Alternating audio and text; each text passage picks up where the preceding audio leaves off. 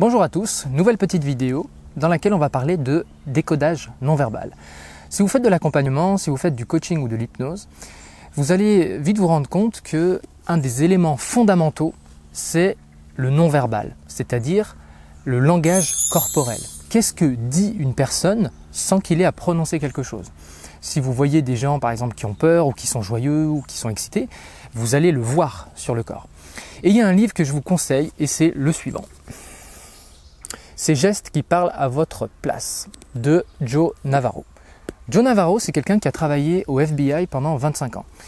Et il était spécialiste du décodage non verbal, c'est-à-dire arriver à comprendre rapidement s'il y avait un danger autour de lui, et également quand il parlait à des suspects ou à des personnes, savoir s'ils étaient dangereux, s'ils n'étaient pas dangereux, s'il pouvait leur faire confiance. Bref, c'était presque une question de survie pour lui. Ce livre, pourquoi je vous le recommande? Parce qu'en fait, il dépoussière énormément d'idées reçues, un peu véreuses, sur le décodage non verbal. Je vais vous donner un des exemples qui explique comme quoi c'est pas terriblement fiable. C'est tout ce qui va être quand c'est beaucoup trop précis. J'avais lu un livre il y a quelques années, par exemple, il disait alors si la personne se gratte le bras gauche avec l'index droit et qu'ensuite il gratte vers le haut, alors ça veut dire qu'il a un problème avec son oncle. Et si jamais il gratte l'index vers le bas, attention, c'est avec sa tante qu'il a un problème. Bref, ce genre de choses-là, il va vous expliquer que c'est complètement foireux. Et qu'il faut prendre l'information d'une part de qualité et également coupler les informations entre elles.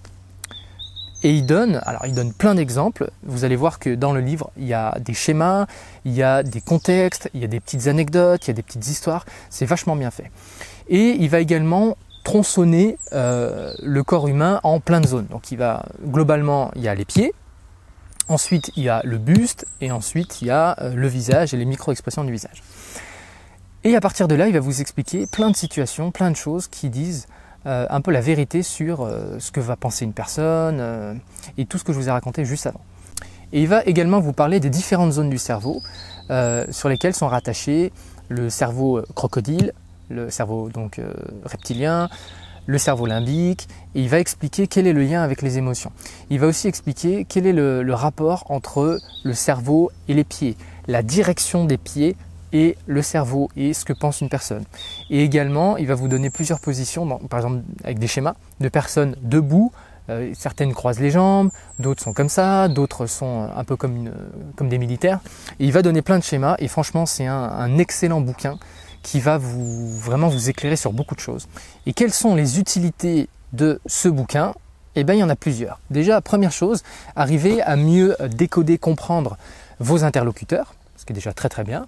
Et seconde utilité, ce sera pour vous-même, afin de mieux prendre conscience de quel est votre langage corporel, non verbal, et comment alors le modifier ou l'améliorer ou le changer en fonction du contexte. Par exemple, si vous voulez faire un entretien ou si vous voulez faire autre chose, et ben, d'avoir des idées vraiment de comment il est préférable de se comporter, quels sont les pièges, les erreurs à éviter.